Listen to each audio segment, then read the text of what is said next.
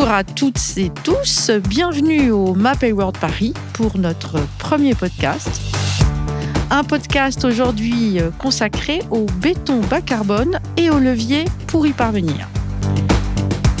Pour discuter de ces sujets, deux invités qui sont tombés tous les deux dans les matériaux de construction quand ils étaient petits. Frédéric Ménard, tout d'abord. Donc Frédéric, vous êtes président de Agir pour le climat, une association qui a été créée en 2017 par Jean Jouzel. Vous êtes aujourd'hui consultant transition bas carbone et auteur d'un rapport pour l'Institut français pour la performance du bâtiment et également d'une thèse professionnelle à l'École des Ponts consacrée à la contribution de l'industrie cimentière à la décarbonation de la construction. Christophe Genot, vous êtes directeur général de Mapei France et président du CINAD. Bonjour à tous les deux.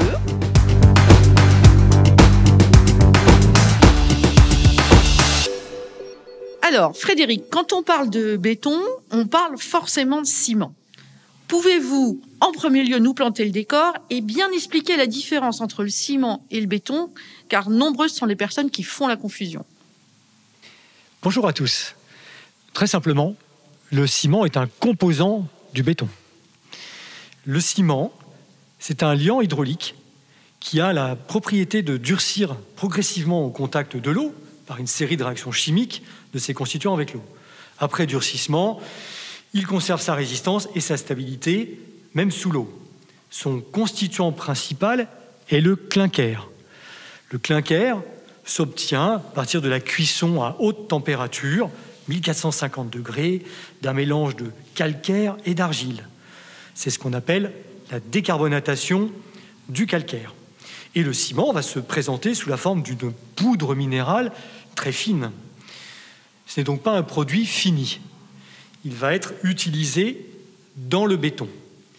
Le béton, c'est un matériau composite qui est un mélange de ciment, d'eau, de granulats sous différentes formes, concassés, roulés, qui vont être issus de 4 classes granulaires. On appelle ça des filaires, des sables, des graves, des gravillons, composés également d'adjuvants, d'additions minérales et d'air. Le ciment est utilisé dans le béton, bien sûr, mais aussi dans les mortiers, les cols et les enduits. Alors, Frédéric, à travers ce que vous dites, on comprend très bien que le ciment est un matériau hyper stratégique. Oui, c'est un matériau stratégique. C'est le premier matériau consommé dans le monde. Pour environ 4 milliards de tonnes de ciment ont été produites récemment, sur les dernières années, en stabilité, et qu'il représente des émissions de 2 gigatonnes de CO2, soit environ 6% des émissions mondiales de CO2. Donc une part très très importante. En ce qui concerne la France, eh bien, nous en avons consommé 18 millions de tonnes, vous le voyez, à rapprocher des 4 milliards de tonnes produites dans le monde, donc 18 millions en France, et qui ont représenté 11 millions de tonnes de CO2, soit à peu près 3% de nos émissions nationales. Donc la part dans notre activité, dans l'activité française, il y a moins d'émissions de CO2 dues au ciment que dans le monde, puisque dans le monde, ce sont principalement des pays en très fort développement, principalement asiatiques, la Chine, mais aussi l'Inde, qui sont les gros utilisateurs, producteurs de ciment.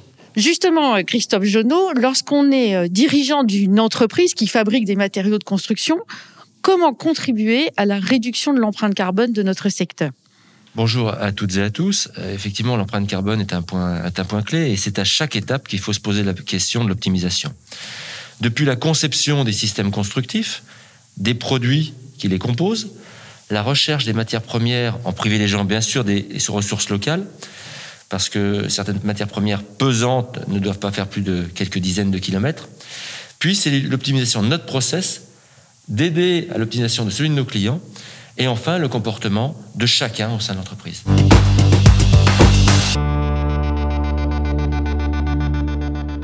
Alors, on sent bien en effet qu'il faut agir sur plusieurs leviers pour réduire l'intensité carbone des ciments et des bétons. Mais tout d'abord, Frédéric, comment se situe le ciment et le béton en termes d'empreinte carbone aujourd'hui ? Et quelle est la feuille de route en matière de réduction ? Alors, pour répondre à votre première question, Catherine, comment se situe le ciment et le béton en termes d'empreinte carbone ? Il faut savoir qu'il n'y a pas un ciment ou le ciment et le béton, qu'il y a un ensemble de produits. Le ciment, on a vu sa fabrication et lors de sa fabrication, on va émettre du CO2. Il y a deux facteurs d'émission de CO2 lors de cette fabrication du ciment. C'est ce qu'on appelle la décarbonatation du calcaire et bien sûr le fait de chauffer les fours à 1450 degrés. Et on va utiliser pour cela bien sûr de l'énergie, beaucoup d'énergie fossile. La décarbonatation, c'est 2/3 des émissions et les combustibles pour l'énergie de chauffage, c'est 1/3. Donc on fait ces opérations pour fabriquer le clinker qui va être un composant du ciment. Il y a différents types de ciment, mais si l'on prend le ciment de base, appelons-le, il s'appelle CEM 1 ou ciment dit de Portland, il aura une empreinte carbone de 765 kg de CO2 à la tonne de ciment. Il existe d'autres types de ciment qui n'auront pas les mêmes compositions et les mêmes taux de clinker. Par exemple, on va avoir des ciments CEM 4, mais toujours répondant à la norme ciment NF EN 197.1.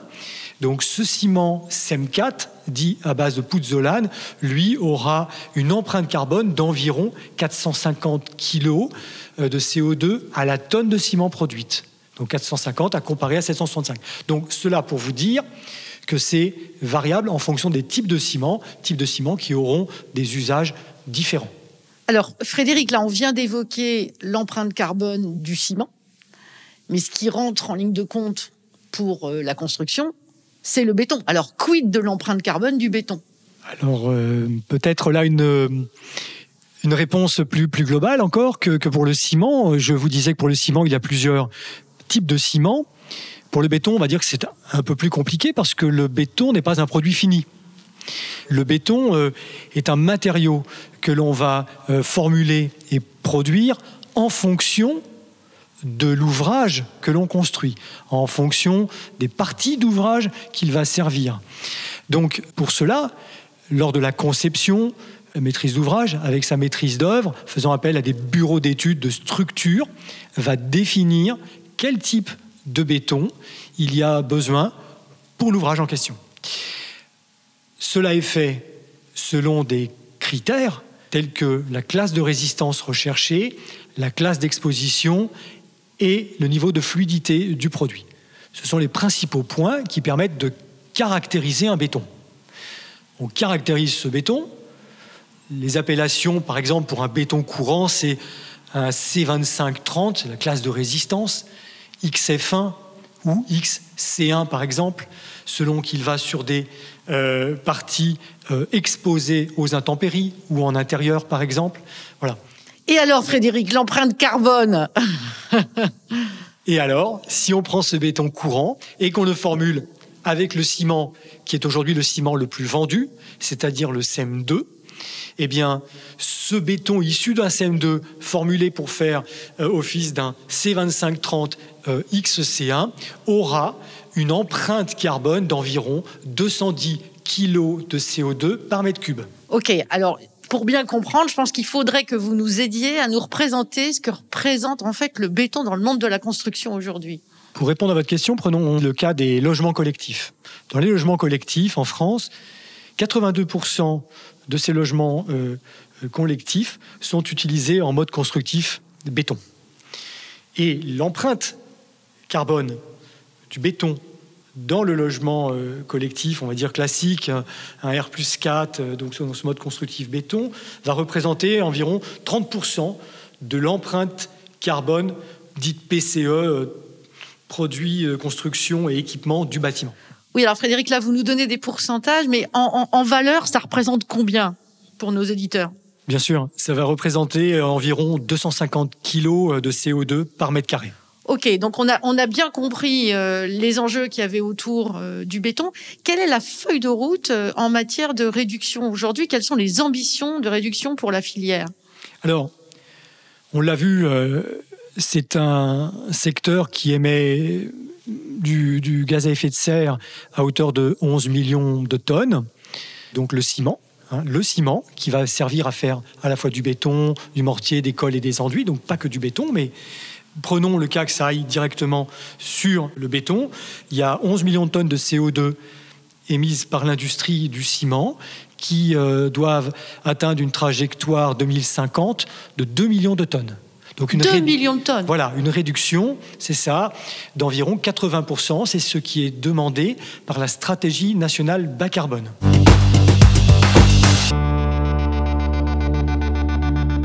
Alors, on comprend bien les ambitions de la filière, parce que passer de 11 millions à 2 millions de tonnes, c'est pas une paille. Donc, il y a quand même des enjeux qui sont considérables.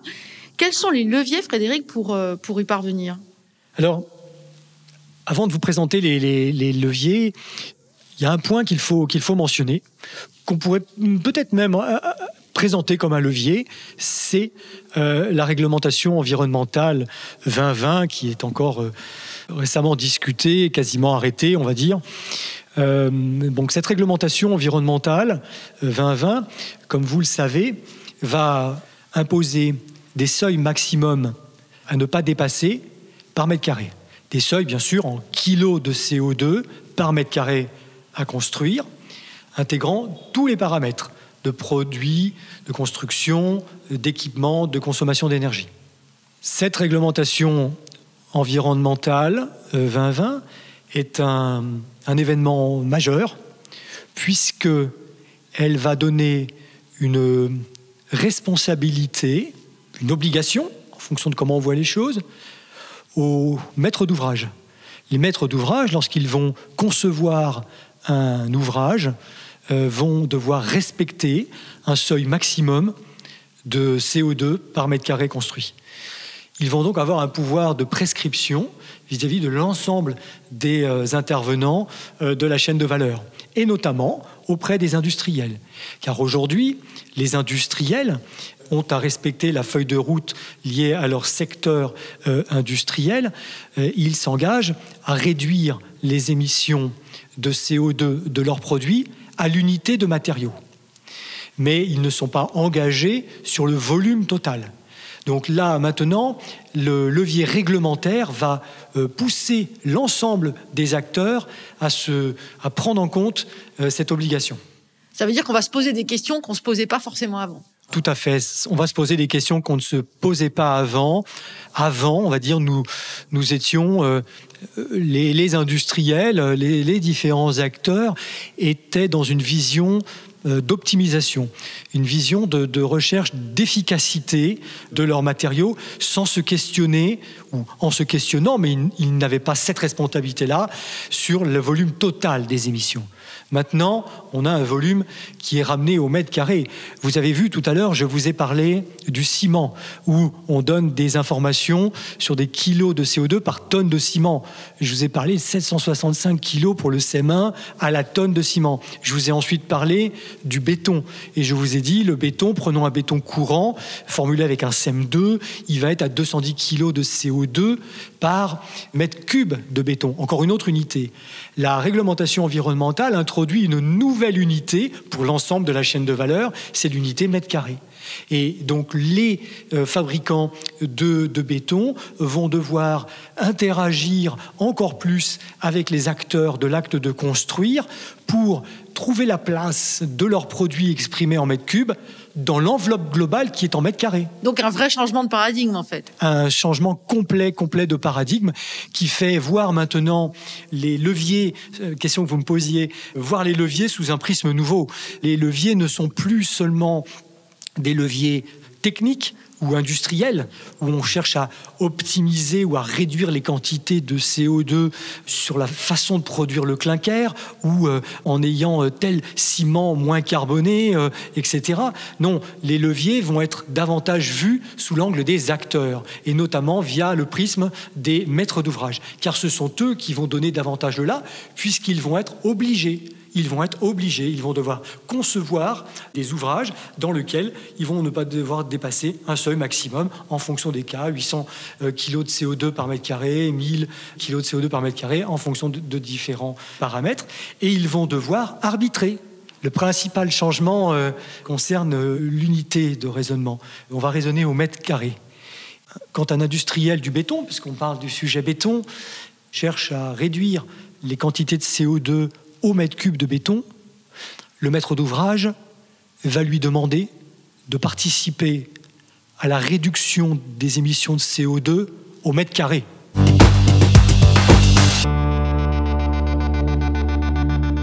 On a bien compris, Frédéric, l'importance effectivement de ce changement qui concerne la maîtrise d'ouvrage et le poids de ses choix et de ses décisions.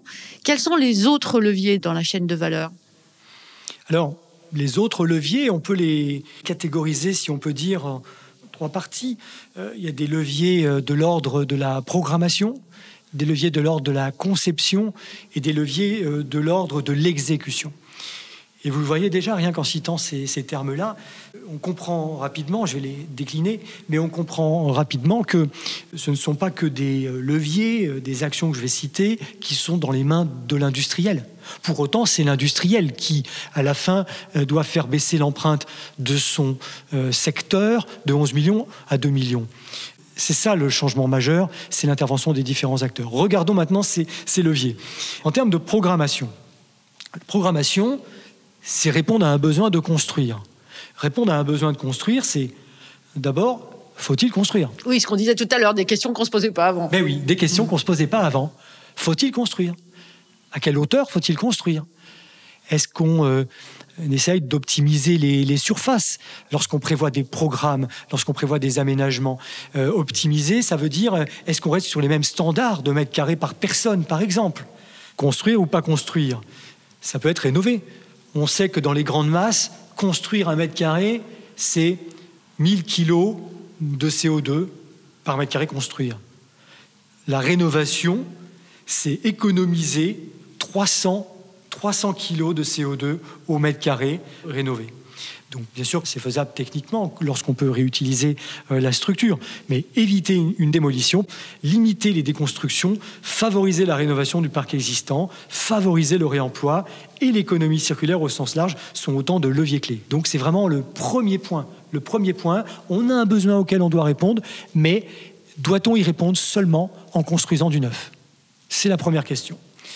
Ensuite, dans l'ensemble de ce sujet qu'on regarde vraiment le plus en amont d'un projet, c'est au niveau de la programmation toujours, c'est un deuxième levier sur lequel on peut réfléchir pour le moins, c'est d'anticiper la réversibilité.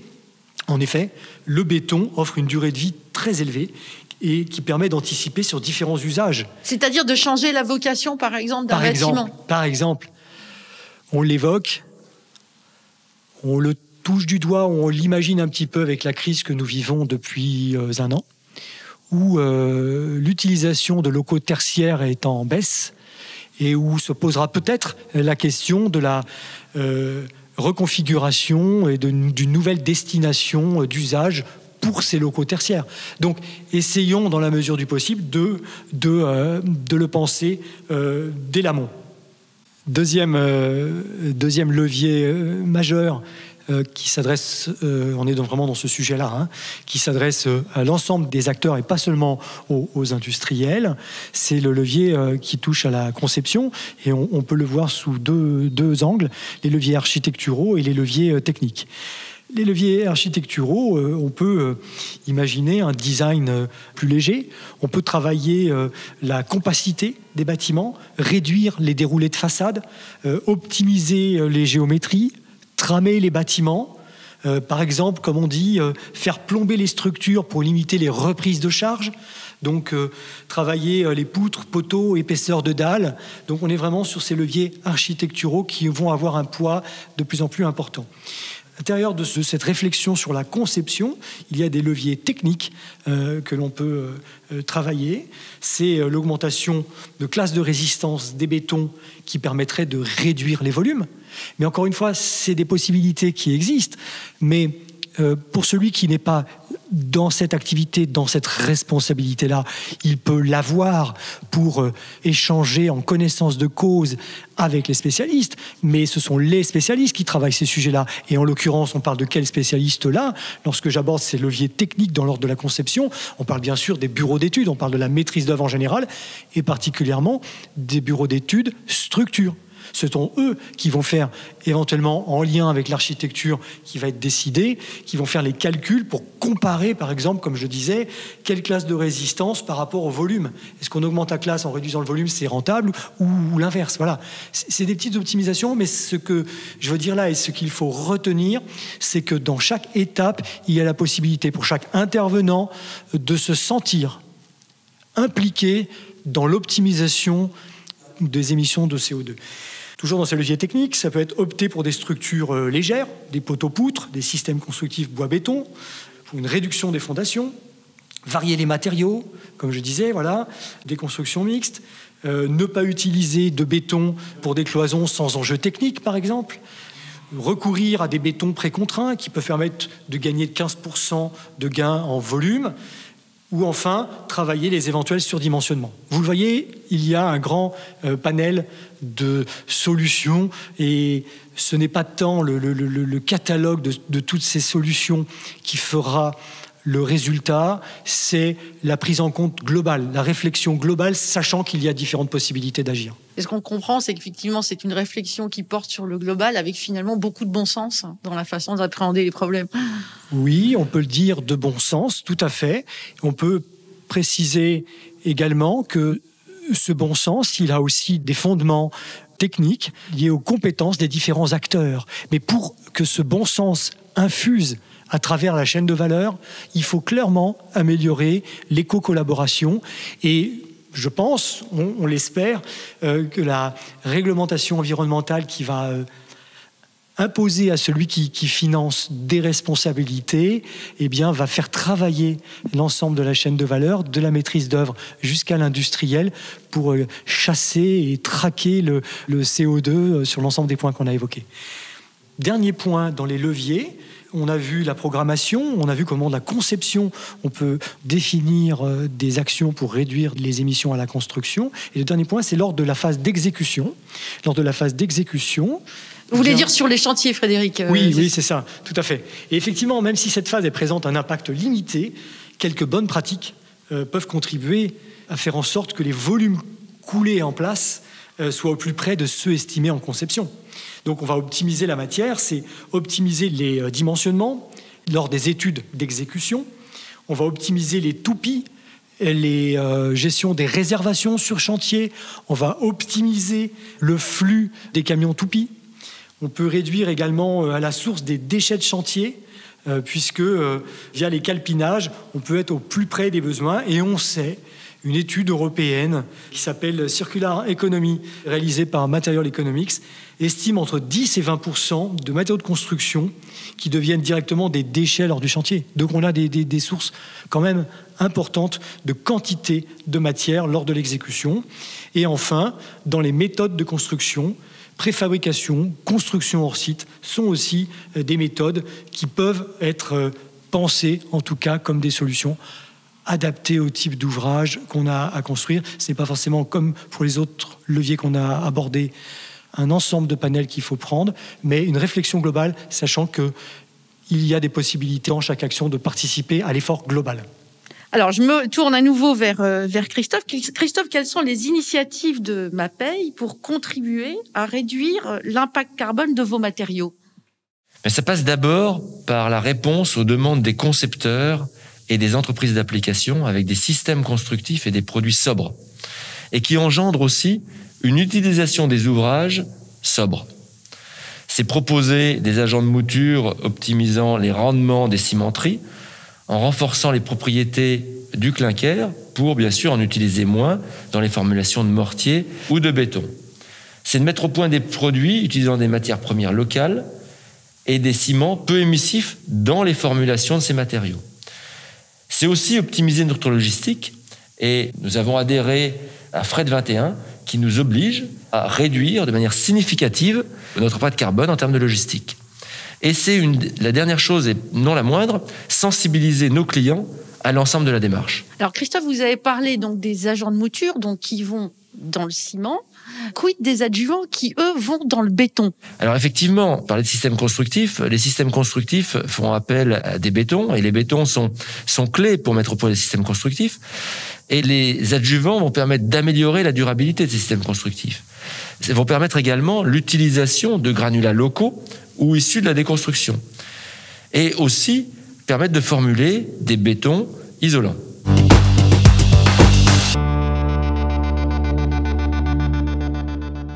Alors pour conclure ce podcast, je vais demander à chacun de nos invités d'avoir un petit peu le mot de la fin.